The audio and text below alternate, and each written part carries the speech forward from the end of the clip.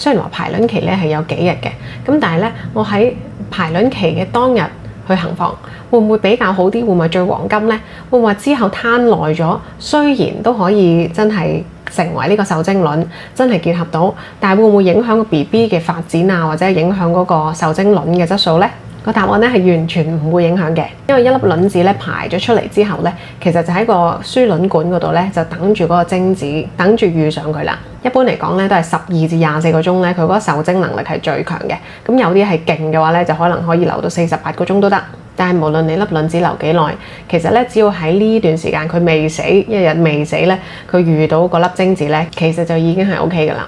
之後個 BB 健唔健康咧，其實就係關乎嗰個卵子同埋個精子本身嗰個質素好唔好。咁當然亦都係有關係媽媽同埋爸爸嘅健康好唔好啦。仲有一個關鍵嘅因素就當然係陀住 BB 嘅時候咧，媽媽食得健唔健康啊、作息啊，或者係壓力大唔大啊等等因素。卵子如果喺個身體裏面咧 miss 咗嗰個受精嘅機會咧，就會慢慢拜拜。